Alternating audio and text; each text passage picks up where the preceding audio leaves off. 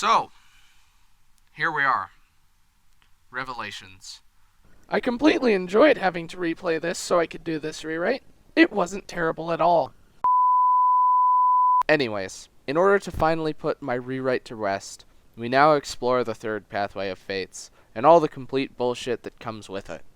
Unlike Birthright and Conquest, which each needed a few minor tweaks, I'm going to have to rebuild Revelations from the ground up. This is going to be a tough one. As always, I will be using the same criteria as the two previous videos in this series. Now don't say I never do anything nice for you guys. As before, we begin with the lore of the continent of Lukvia, as it was named in my timeline.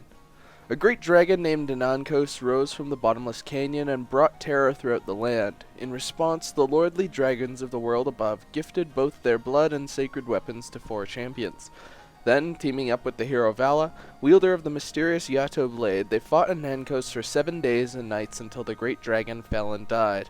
The champions of Dusk, a sorceress and a paladin, became king and queen of Nor, whilst the champions of Dawn, an archer and a sword mistress, became the royal dynasts of Hoshido. But as the years went on, the nations grew further apart. To recap chapters 1 through 7, Chapter 1 has Corrin sparring with members of Xander's battalion in an effort to join up. Chapter 2 sees Corrin face captured Hoshidans under the orders of Iago, Duke of Sheev. Chapter 3 remains the same, and Chapter 4 is cut completely. And in place of Valites in Chapter 5, the attackers are a Norian mercenary company called the Red Hounds. Oh, and Makoto survives. After realizing that Iago killed his father and took him away from his family, Corrin, lost and confused, is forcibly brought to the battlefield by Ryoma, where he is faced with a choice: return to Nora or stay with Hoshido. And since we are playing Revelations, he chooses neither. As Xander and Ryoma constantly yell at each other, Corrin looks for a chance to escape, where he is met by Felicia and Azura, who beckon him to follow them along the riverside. Fleeing the battlefield entirely, they enter a cave system for a rest and some much-needed cover. Felicia then sends Corrin for being such a hot-headed numbskull. Azura then diffuses their bickering, remarking that both Nor and Hoshido are going to be hunting them. Because Corrin makes such an important bargaining tool for the Norians, and the currently unstable Hoshido would want one of their heirs back ASAP. While in the cave, an earthquake occurs, and our heroes are beset upon by various invisible soldiers. This is our Chapter 8. They barely escape the cave and immediately question what the hell is going on. Azura says that they should seek out the Rainbow Sage, who is supposed to be the brother of the hero Vala. As the sage has lived longer than anyone else on the continent of Lukvia, he may be able to help tell them who the warriors were, but also offer them safety from the armies pursuing them. The group head for Mokushu, the closest port to their current location. Several battles ensue, and in Chapter 11 the group arrives in the city, where they are met by Iago, the Red Hounds, and the daimyo Kitaro. After being captured, Felicia, Azura, as well as Silas, Rinka, and Kaze, whom they picked up along the way, are freed by Karo's daughter Kagero and their head diviner Orochi. They make a break for it, fighting Kitaro and forcing 2 Red Hound soldiers, Charlotte and Benny, into their service. Before they get a chance to kill Kitaro, Hans and the Norian army lay siege to the city, and Corrin's group escapes on a small trading vessel thanks to some gypsies who recognized Azura. After leaving Nestra, they find the city chock full of both Norians and the Red Hounds, who look to be in league with one another. They are sheltered in the Gypsies' caravan, where they meet Caden and Keaton, 2 Beastbloods from the Kitsune and Guru tribes respectively, both of whom are eager to join. Chapter 12 starts with a routine inspection as the group attempts to leave Nestra. When discovered by the Norians, they are forced to flee. After the battle, Corrin is separated from the group and sees Xander and Camilla standing in front of a bakery.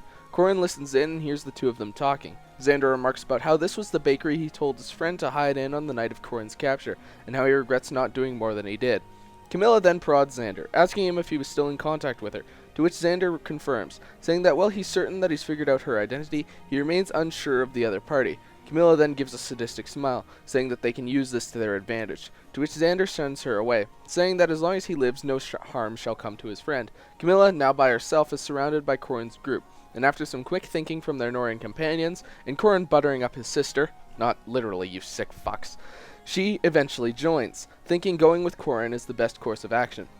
Thanks to Camilla, they get past the border patrol and move to Inner Sheev, home of both the rebellion and the Temple of the Rainbow Sage. The more direct route takes them through rebel territory, which they take. where, after battling the rebels who are in league with the Hoshidans, Scarlet and the acting Hoshidan commander, who turns out to be Sakura, join up.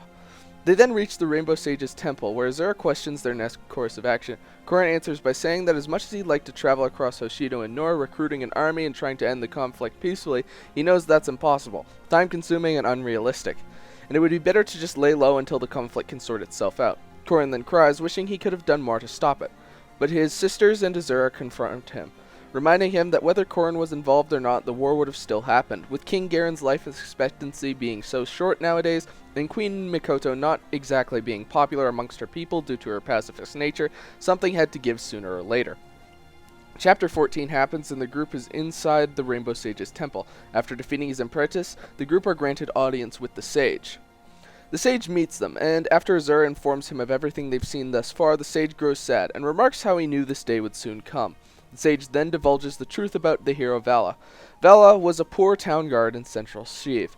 When the town was attacked by a Nankos, Vala and his brother were the only guards to survive, so together they vowed to create a way to kill the dragon. Using 2 scales of the dragon that were knocked off in the battle, they forged a sword, the Yato, and a great basin, a vessel to imprison the dragon's soul. They aligned themselves with the 4 heroes and fought the dragon, and when he died, Nankos' malice was too much for the basin. And while it held the dragon's malice, it did not do so well. So Vala rebuilt the basin into 4 pieces, 2 crowns, a pendant, and the remainder of the basin became a mirrored shield. Separated, each scale could contain an Nankos' power, but should they ever be brought together, the seal would begin to break. The invisible soldiers they saw were those who pledged allegiance to Vala during the Old War, and the arcane breath of the dragon kept them alive as shadows who only exist into the places where an Nankos came from, the earth. The sage then states that Azura, who all this time has been clutching her pendant, is indeed a descendant of the hero Vala, and that the charm around Azura's neck is a piece of the dragon's soul. Sakura, concerned, says that Azura was staying in the Hoshidan castle for the past 5 years, and going on to state that Mikoto stopped wearing the crown after it started to make her very sick. The Rainbow Sage panics slightly, saying that the seal in the Hoshidan crown has most likely weakened, that they must destroy it using the Yato blade, the only scale not to hold a piece of the dragon's soul as of yet. Korin, with the Yato blade in hand, pledges to stop the war and halt Nankos' resurrection. Then, just as they go to leave, they are approached by the Rainbow Sage's apprentice, who reveals himself to be Leo. Leo, who was in the room with them during the exposition dump, is more than happy to join the group, along with Elise, who Leo has been babysitting while Xander takes charge of the war effort. Several chapters and many Hoshidan units recruited later, the group reach the walls of the Hoshidan capital. There they fight Hinoka, who is defending the city, and yet another earthquake and a batch of invisible soldiers.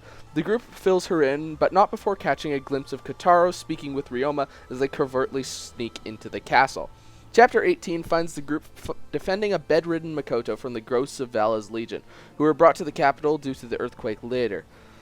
After doing so, Mikoto thanks Korin for coming home, but not before Takumi tries to run them out of the fortress. And after being put into submission by Leo, they catch Takumi up and realize that they can't find the crown because Takumi had taken it several days ago. Korin then destroys it with the Yato, and Mikoto, who's under the impression she's dreaming, due to her medicine, is guided to the throne room by the group. There they find Iago, Kotaro, and Ryoma. Ryoma being surrounded at spear point by several red hounds. Iago says a bunch of douchey things to Korin and the party, followed by Kotaro killing Mikoto with several knives to the chest. Mikoto dies and Korin yells a bunch. Then the group, now joined by Ryoma, fights Kotaro and Iago in the throne room, killing Iago while Kotaro escapes. Chapter 20 begins on the same battlefield as Chapter 7. Xander, Hans, Garen, and the Norian army, thanks to Iago and Kotaro, have made their move into Hoshido. Joined by Yukimura, along with Jacob, Flora, and reinforcements from the Ice Tribe, our heroes wage an all-out battle with the Norians, and after going through that hell, Korin and his group have flanked away from the battlefield, but they are stopped by Xander, Garen, and some Norians. Azura approaches Garen, but her pendant, along with the Yato, break the seal on the Norian crown, causing Garen to go berserk and strike at Xander. The prince, knocked off his horse, has a slight mental breakdown as the berserk Garen goes in for the killing blow. Xander is blocked by Hinoka and Camilla, while Elise heals him with her staff. Korin fills Xander in, and after looking at his sisters, his brother Leo, and the Hoshidan siblings all having teamed up, he decides to join and lay his father to rest. Chapter 21 is a fight with the possessed Garen and some of Vala's soldiers. After the fight, Garen's body, possessed by the crown, breaks through the bottomless canyon, with Korin's group in hot pursuit, as well as Hans and Kotaro. At the fringe of the bottomless canyon, the group is met by the Rainbow Sage yet again, and after another tremor, Leo fills his master in on the events thus far. The Rainbow Sage then says that the group cannot let the Norian crown touch the mirror shield, which now rests on Vala's grave, contained in the deep with the bottomless canyon. Azura asks if anything can be done, and the Rainbow Sage looks at the group, saying that many trials await those who seek the hero's grave. A measure created by the brothers to prevent the revival of a Nankos. But before they can enter the canyon, Kishitaro strikes down the Rainbow Sage, and Hans names the Norian siblings as traitors. After the fight, which constitutes his chapter 22, Sakura and Elise's magic can do nothing to heal the dying Rainbow Sage, and as Ryoma gives a rallying speech to which Xander nods in approval. The royals then all speak with each other and reflect on how, even they come from different nations, they are all cut from the same cloth. Ryoma and Leo talk politics, Xander and Hanoka reminisce about the night they first met, Korin speaks with Sakura while Takumi speaks with Elise, and after Azura finishes her chat with Camilla, the blue-haired gypsy takes the first dive into the canyon. Our heroes are awoken by an unfamiliar voice, and after everyone comes to, they are met by a hooded figure with blue hair. Seeing Azura's pendant, he announces himself as the hero Vala. The group are shocked, and are uneasy about trusting him, but he assures them that he will serve as their guide. The group then reach a strange temple, guarded by Vala's lost legion and a great dragon. Vala then explains that a Nankos was only one of his kind, and that many more dragons like a Nankos hide within the depths of this astral plane. The group then fight the dragon and gain access to the temple. There, Vala speaks to Korin, and says that when they first defeated a Nankos, the legendary weapons reacted with the Yato, increasing its power and enhancing its ability. Korin, intrigued by this, prods Vala for more information, but the centuries-old hero only answers by saying the blade will accept his power when it's ready. Chapter 24 starts with our characters delving deeper into the temple. There they encounter the possessed Garen, and after claiming victory, Vala leads them to a balcony, where his headstone rests. There, Vala tells them the truth about why he still lives.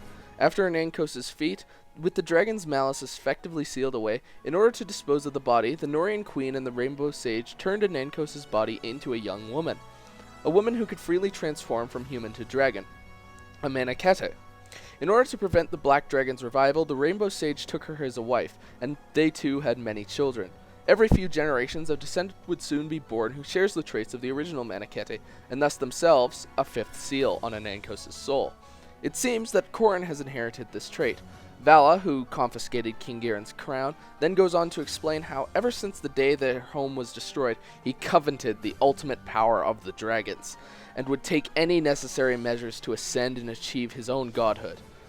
It was the reason why he kept 2 pieces of the dragon's soul so close to his family line, and why he ventured to the land where Nankos came from.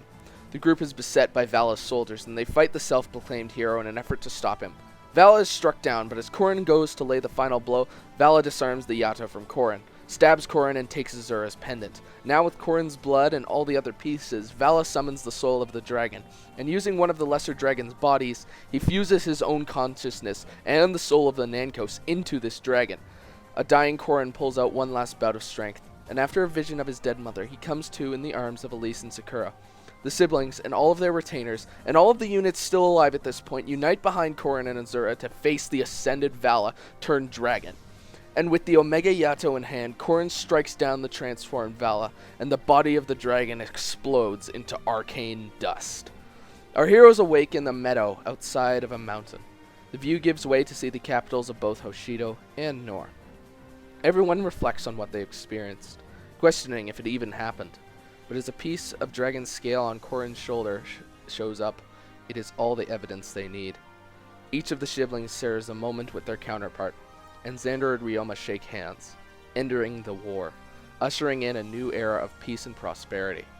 And as all the siblings stare out into the vast expanse from the mountaintop, Azura grabs Korin by the hand, and the two take the lead to go back home. Thank you guys so much for sticking out to the end of what is perhaps my biggest project as of yet. I had so much fun writing, editing, and making these that I look forward to posting them each time, and it's a shame that they're done. It's a shame that this will probably be the last one of these I post. Because as it stands right now, the future of Fire Emblem is looking brighter than ever before. I can finally say that I can put fates behind me and look forward to see that the echoes of the past have finally come back. So if you would excuse me, I have to go mark the day May 19th on my calendar.